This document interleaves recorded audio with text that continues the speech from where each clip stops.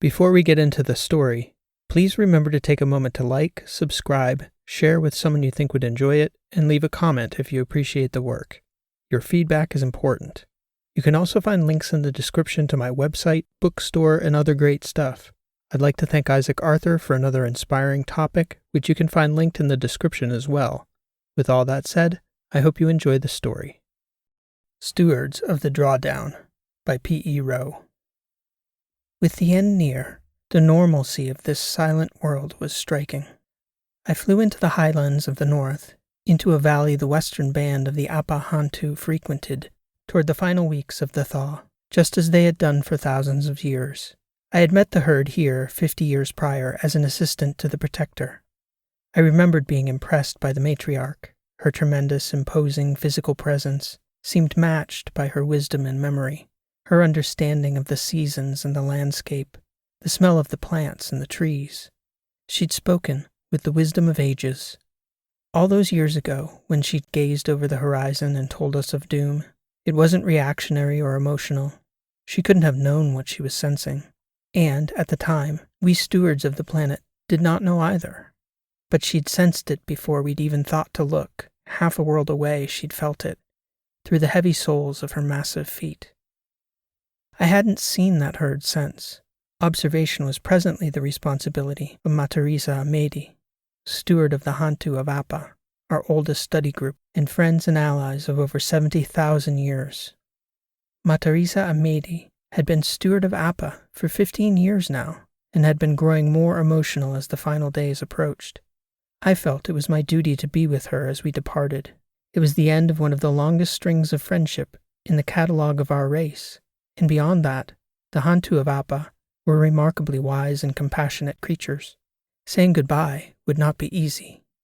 I couldn't spot the Hantu on the first pass over the valley, which I thought strange given their tremendous size and dark fur, a contrast to the snow-covered ground. But as we landed, the pilot assured me they were still in the valley, and that the early snow, clinging to their heavy coats, had helped the Hantu to blend into the landscape. When I was met by Matarisa Amedi at the landing area, she told me that the matriarch had asked for me by name. I have not been here for 50 years. Did you tell her about me? I asked. No, Shalman. She remembers you. Odd, I thought, for the matriarch from my first visit half a century prior was long since dead, and I vaguely remembered hearing quite a few years back of her successor's passing. It will be a little walk out to the herd, Matarisa Amedi said. I see you are dressed for the cold. We talked along the way, of her final days with her researchers, of the contact they'd had with the Hantu, and the creature's understanding of the approaching change to the planet. They know something is happening, Matarisa told me. I can tell they sense something, both of their own accord and because we are leaving. They have been somber. They may yet survive, I said. I have said as much many times, Matarisa Amedi said, but I am certain the matriarch doesn't believe me. After a long, cold walk and a brisk early winter wind, we finally spotted the herd well out onto the plains, at the foothills of the great mountain chain that made up the backbone of the northern subcontinent. It was such an encounter in the annals with this very herd millennia ago now that had forever changed our race and theirs irrevocably. The Hantu had only been marginally proto-verbal then, though very intelligent for an herbivorous grazing animal of such mammoth size. After altering our own genetic makeup to fit into the ecosphere of Haiaka, as the Hantu called the planet, it was the first chief steward, Senzin Azatlan, who'd suggested and overseen the genetic alteration of select species of megafauna, an attempt at communication with the natives of the planet that had been far more successful than anyone could have imagined, a literal and figurative co-evolution of both our race and the races we'd enhanced. The Hantu were the only creatures of the three races we'd altered wise enough to understand the significance of our intervention, and they were the only group that fully understood we were leaving. Descendants of these Apa Hantu now numbered in the tens of thousands across the northern subcontinent, just as with the various Ham subspecies of the megacontinent, and the Okris and the Dalfiks in the oceans, each possessing their own languages and cultures and stories, catalogued by a long line of steward scribes who'd worked for generations alongside the steward scientists like Matarisa Amedi and myself. There was such a sense of melancholy about the closing of this era among us all. I just wasn't expecting it with such intensity from the matriarch. The low, guttural hums emanating from her throat as we approached resonated in the ground beneath us. "It is a warm greeting," Matarisa Amedi explained to me, "an invitation to approach closer." As we did, the matriarch lifted up the long, tube-like appendage that ran all the way from her snout, nearly down to the snow-covered earth. She seemed to make a gesture with it that had meaning. "She wishes to see our faces," Matarisa Amedi said. "Take off the covering and bear the cold so she can see us." We did as the matriarch asked, and unmasked our faces. She emitted low growling noises that seemed rather undifferentiated and, to my ears, meaningless. But the speaker box, a few moments after the matriarch had grumbled, began to speak the translation into the cold winter air for me and Matarisa Amedi. "Shalman Adanan, Chief Steward of the Protectorate Sul, peoples of the South, we welcome you this final time. Not our herd, nor any of the herds of the vast winter meadows can remember the times now before you were our friends and companions." "The honor has been ours," I responded. "Your kind has been ever faithful and has neither forgotten to repay a debt nor allowed us to shirk our own. We are far better for having known you." "As are we, Shalman Adanan," the matriarch began speaking again.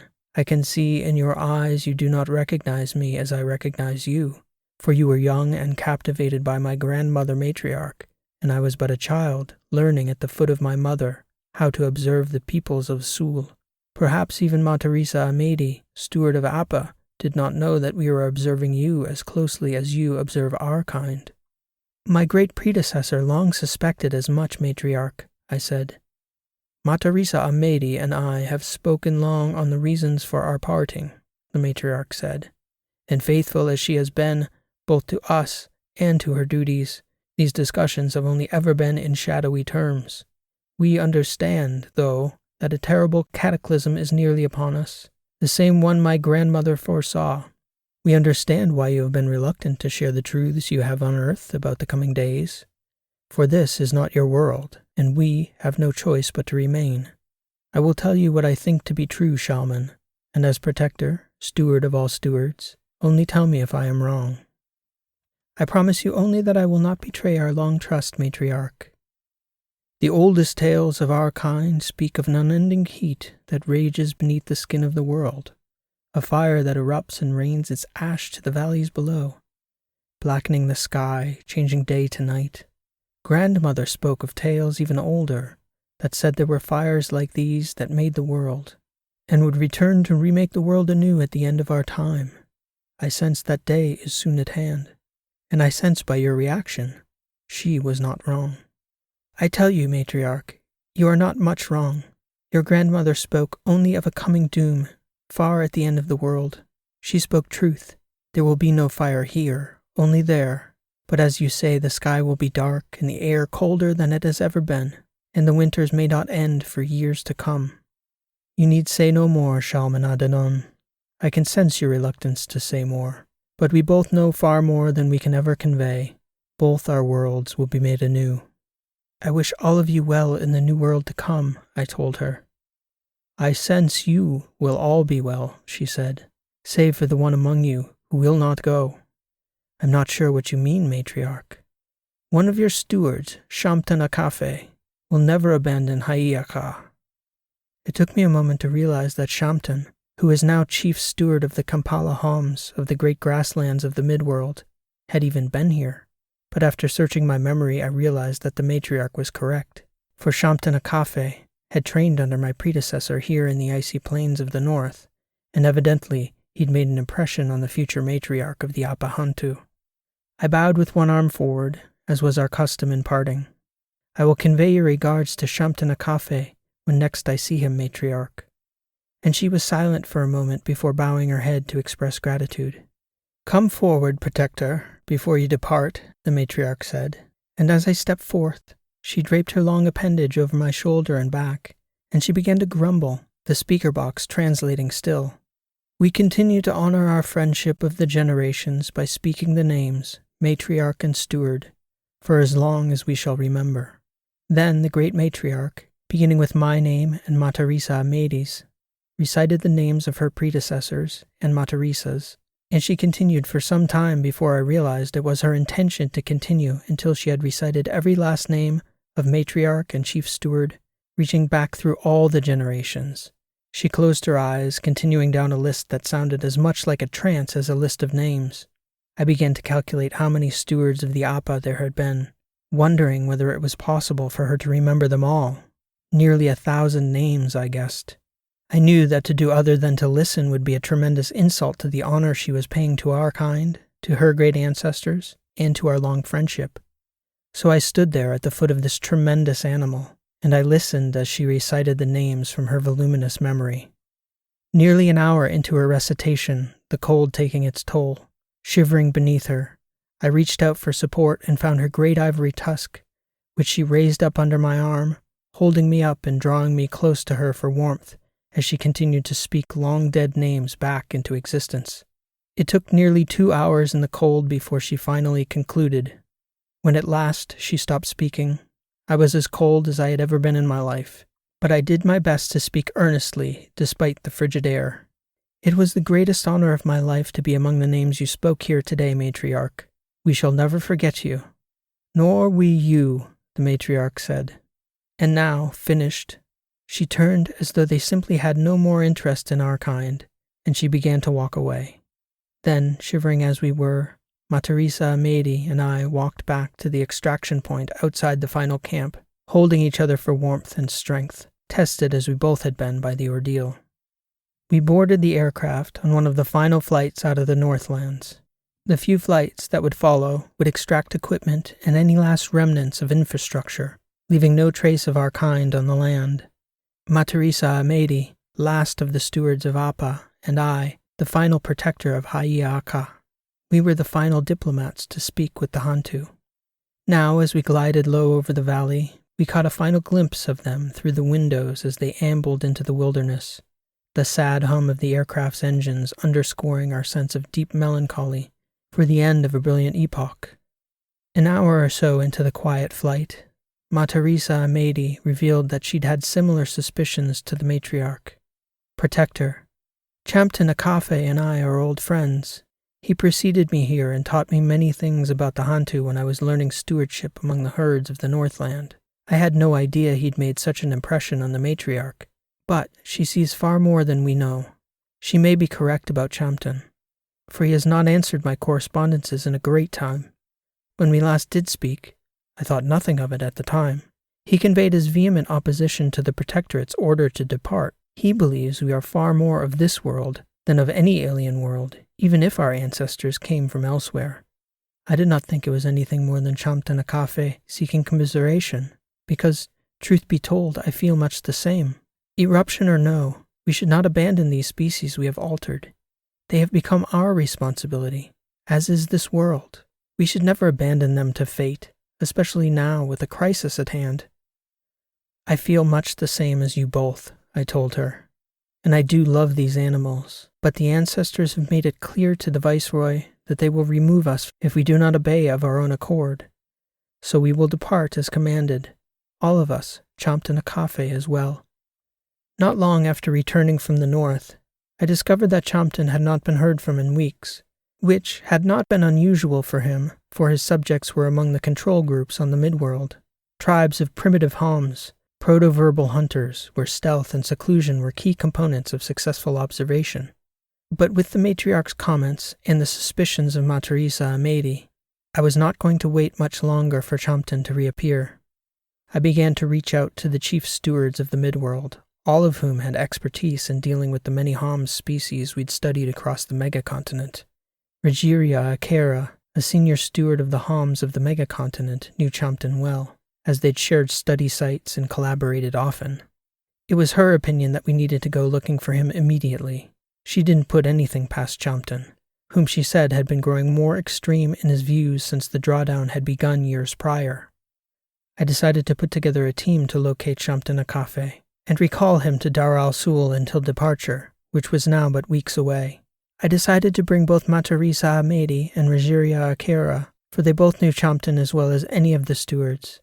I also called back Imo Nasand, the foremost expert on the Homs of the midworld. He had been dispatched to the island chain where the impending eruption would soon throw open the crust of the planet. On those islands, we had study groups and control groups of Homs Hobbs, diminutive cousins of the Talman Homs of the megacontinent. There were also small populations of Rauhoti, a smaller furless cousin of the mammoth Hantu of the cold Northlands. Imona Sand was reluctant to come, for he claimed he was close to unraveling the mystery of how each of these simple species somehow all knew of the impending eruption. The Homs Hobbs of the islands, isolated as they were from the common Homs of the islands, were now regularly speaking the volcano's name, Tobashina, and behaving as though it were a given she soon wake big bad, as they said. I had to weigh the likelihood and value of Imon discovering the biological mechanism at the root of this natural intuition against the Protectorate's need to locate Champton. I decided that Imon, ever the optimist, would likely never have fully unraveled the roots of that deep mystery. Given that we only had 2 weeks remaining, I ordered him to meet us at the Midworld Hub, or at least what remained of it. When we all arrived, we interviewed the remaining stewards and assistants, all of whom told us honestly that they were unaware of both Champton Akafe's whereabouts or any plans he may have had to defy the orders of the Protectorate. His last known whereabouts were in the Midlands, observing a tribe of Kampala Homs, but he had not been heard from for several weeks. He was now the only steward on the entire planet absent for the final drawdown. We began at the tribe's last known location. The Kampala Homs were not known to move territory often. They were great runners, spear hunting a varied selection of swarm cattle and horned grazers, highboks, tenboks, kuduboks, and kimboks, as well as scavenging and trapping small game. Their territory was rich in protein and provided ample sustenance year-round. To find most of the tribes of the Midlands gone when we arrived was shocking. Kampala Homs, by the hundreds, perhaps 1,000 or more, had all seemingly and spontaneously migrated. We found no sign of mass death, disease, or famine, and we found very few useful stone tools in the abandoned villages, suggesting they'd taken their valuables with them. The Kampala were on the move. Fortunately, because of the drawdown, I had ample resources that were returning from other sites. Spy birds of many species by the 1,000 that could quickly be put to the sky, and we took to the air as well, trying to spot footprints or other signs of a trail. Imona Sand was no expert tracker by any means, but he'd learned from the Kampala here and the Talman in the north how they tracked game and read terrain. Initially it seemed as though the Kampala's departure was long enough in the past that traces of them were difficult to detect on the landscape. They had soft feet and, unlike us, fashioned no shoes, tough and thick-soled as their calloused plantar skin tended to be. They could also move across the landscapes at rates that were astounding. At a sprint, these Homs were poorly constructed animals, ready-made meals for a hunter felinus of any genus, nor should they have been able to run down any of the lightning-quick grazing boks that were the staples of their diet. But they'd evolved a naked, near-perfect heat-diffusing skin, a bowl-shaped pelvis, and an ingenious locking mechanism in the bones of their midfoot, allowing them to stride at moderate speeds across rugged terrain, and in teams they could run down prey over hours, driving larger, faster animals to exhaustion and submission. The anticlimax of a Kampala Hom's hunt was a stunning event to witness, for when the end came it was obvious to both hunter and prey, with the closest hunter merely walking up to the desperately panting, defeated animal and quickly putting the exhausted bok out of its horned misery with the quick twitch of a sharpened stone. The infants and nursing mothers of the Kampala tribes wouldn't be able to move so fast across the landscape, but with a possible 2 weeks lead, the Kampala Homs could have been leagues away. Our first air reconnaissance yielded nothing. Even with the spy birds fanning out over the area, we found no sign of the missing Kampala within a day's flight of the zero-spot search origin. Rogeria Akera suggested we seek out other known tribes of Homs nearby. There were study groups to the north of the Kampala territory that were known to trade spearheads and other tools with the Kampala of the grasslands. That was where we found our first lead. When we arrived at the village of the Pranuman tribe, we were mobbed by the gathering villagers who had never expected to see our kind again. Fortunately, Imona Sand had the foresight to bring fruit, and that was all these proto-verbal villagers of all ages seemed interested in. "Pom, Gotu, pom, pom, pom," they would say with hands extended out to us. Beyond that, though, they were skeptical of us. They did not recognize us in the way they might have recognized Chamtanakafe, who had spent decades walking among the territories of these tribes. Finally, Imona-san began to negotiate when our fruit supply was running low. No more, he conveyed, partly by speaker box and partly through gestures, until we speak. Tell us where Kampala go. Where is Chamtan? Where is Kampala tribe? The wife of the chieftain of that tribe was the most expert speaker. She came forward and said, Pom, pom, pom go to, gesturing that we pass out the remainder of the fruit first. Next Kampala go. All go. Pranuman stay home. You know where? Yes, pom, pom, she insisted, hands extended. Imona-san gestured for the rest of the fruit to be given, and when she could see that the baskets were empty, she said, Kampala go big water, and she pointed to the horizon to the southeast. Imon knew that to be a common failing in the speaker box translation for these proto-verbal tribes. Big water, he insisted, meant ocean. It makes sense, Rogeria Akera said, once we were back in the aircraft. The shorelines will be affected last. They could eat shellfish and sea greens, scavenge crustaceans. Chamtan would be planning for the swarm cattle to perish as soon as the grasses do. He may be bringing the Kampala to the sea. The following day, with the spy birds all recharged, we set off for the ocean with a wide searchline, hopeful that we could catch up to them in several days.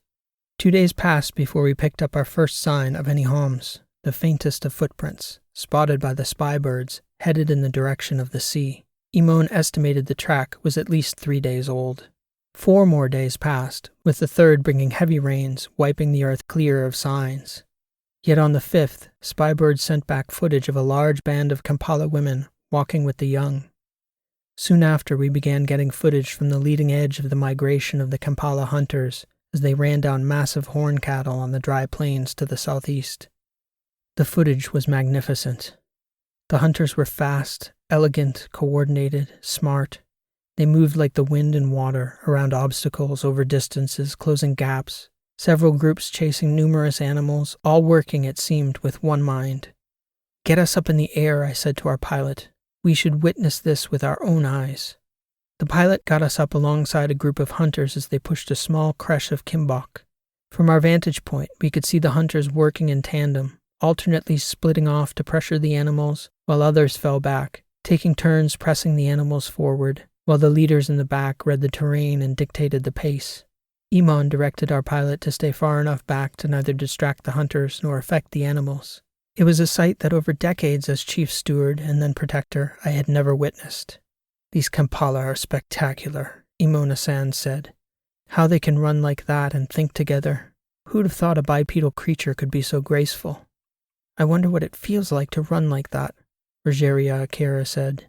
It must feel like flying. They're too beautiful. It is a crime against creation to let them all die, Matarisa Amedi said, shaking her head, speaking only what all 4 of us stewards were thinking. I couldn't refute the sentiment. We watched the hunt from a distance for nearly an hour more. At one point, the leader, as he dropped back to coordinate his 2 front-runners, turned his head toward the aircraft, waved his arm, and smiled, as if to say, just watch now, dear stewards, you who need machines to fly over the land. See what we who roam the earth can do with our own 2 feet. When they finally felled the first of the kimbok, the 2 elder hunters remained at the kill, celebrating with a stylish dance of sorts. And, sensing the weakness in the second of the 2 kimbok they were still chasing together, the 2 younger runners pulled alongside the other kimbok with a tremendous sprint. Then suddenly, as if of a single mind, the 2 young men speared the animal down to the ground in a sudden burst of dust. What a sight, Imon said.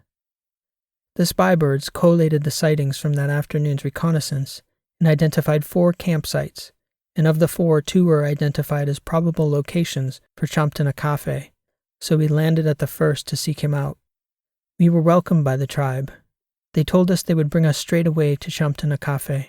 They took us from the edge of their campsite down an orderly path that led to the center of the camp. We could see a simple shelter of animal skin and wood, set up to generate shade more than shelter. I had spent little time among the Kampala. My time with the Homs was spent further north, among the Talmen of the northern mountain-faring tribes. Those Talmen had been proto-verbal, and only marginally altered by our predecessors, similar to the way these Kampala Homs were supposed to have been.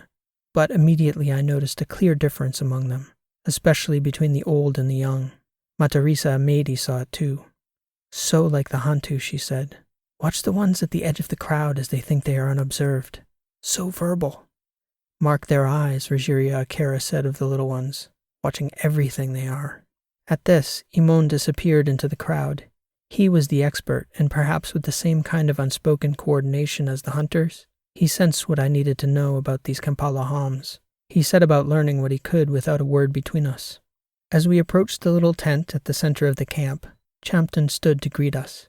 He was dressed as the Kampala, bare-skinned and barefoot, possessing a kind of carefree air about him I'd never seen in a steward observer. He seemed among them, greeting us as outsiders. Come and sit with us, honored friends, he said, and then he turned to the gathering villagers among us. Shalman Adanon, protector of Sul, walks among us. Let us greet her with praise. And a great shout went up among the tribe. They guided us to the front of Champton's tent, laying hands on our shoulders and smiling, uttering a phrase over and over that the speaker box didn't know how to translate. Jisa Gotu, Jisa Gotu. They are welcoming you, Champton said, as we sat just outside the reach of his shelter. He looked different from my memories of him, which were not so distant. He was different, though, and it was something more than seeing his bare skin exposed, naked to the blazing sun of the midworld. As the greetings of the crowd died down, I was about to speak. Later, Champton said, anticipating that I meant to address this business of his, for clearly he had been up to something none of us understood. First, we must share a meal together, friends. Then we may discuss more serious matters. The tribe worked together to start fires and prepare the felled kimboks. The hunting party we'd witnessed was only one of many, and there was much meat to go around. While the meat was cooking, Matarisa Amedi conveyed the greetings of the Hantu matriarch to Champton Akafe. He had numerous questions for Matarisa of the well-being of the herd, how they had fared over the many years since he had been with them in the cold Northlands.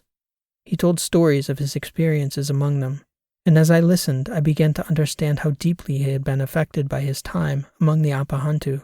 He spoke of generations, foundations, the legacy of our forebears, as well as theirs, the reality of what it meant to be a steward protector, a guardian of the landscape and all its living inhabitants.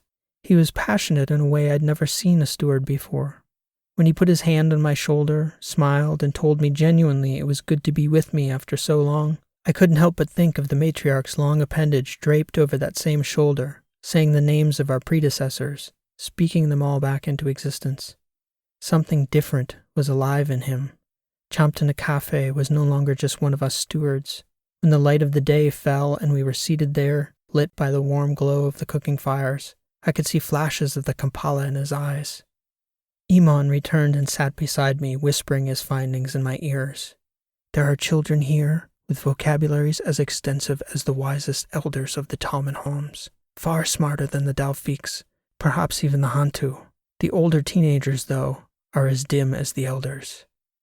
Champton saw this exchange and sensed that it was now time for the conversation.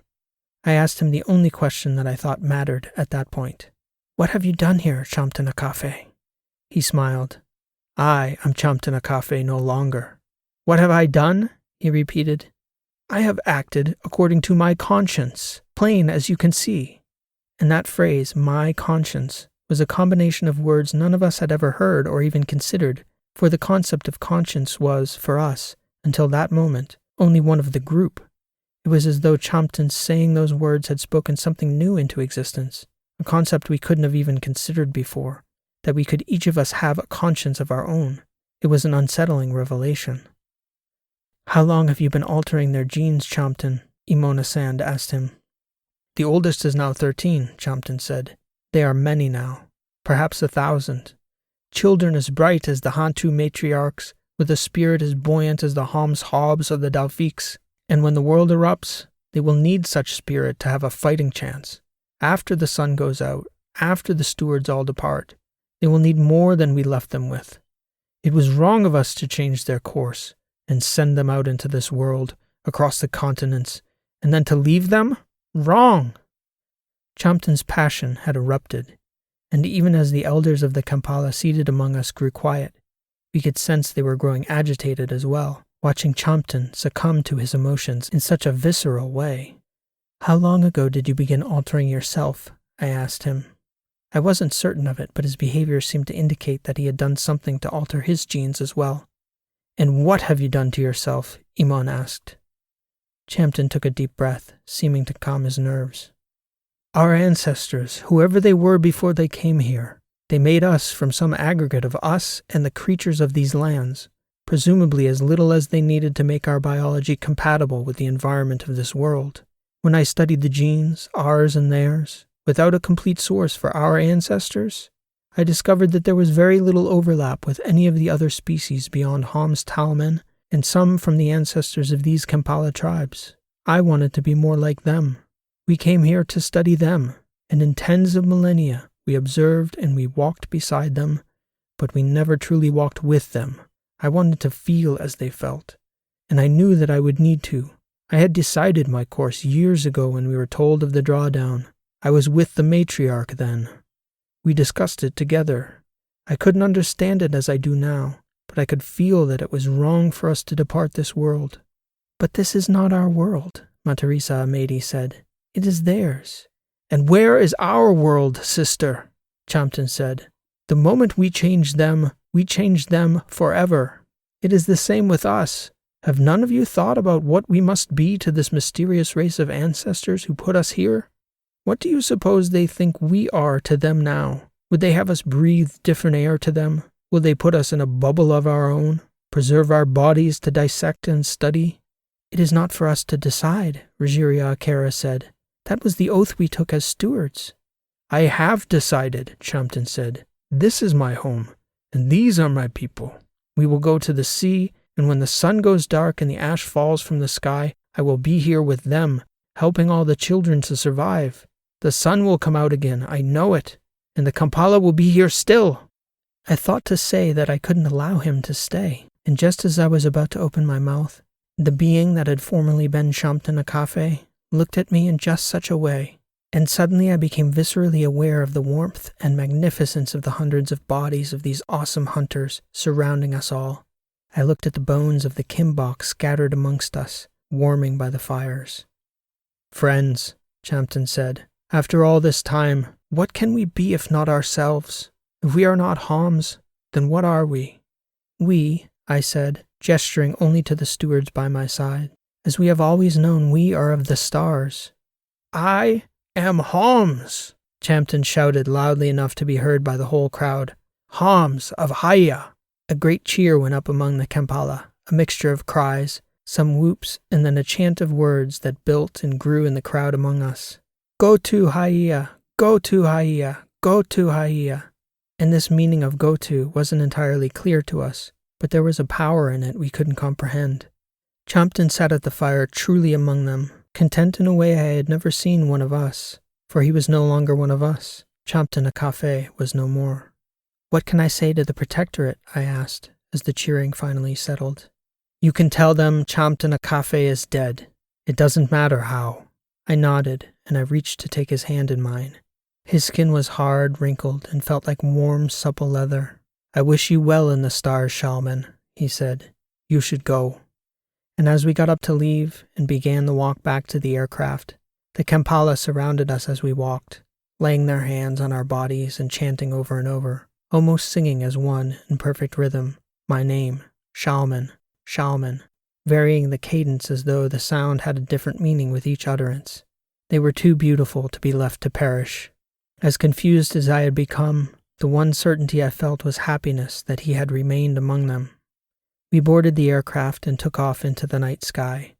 The final viewpoint we observed of the Kampala Homs of the midworld was a scattered constellation of dim orange campfires beneath us, glowing against the backdrop of the shadowy earth, slowly diminishing to blackness as our aircraft rose into the sky.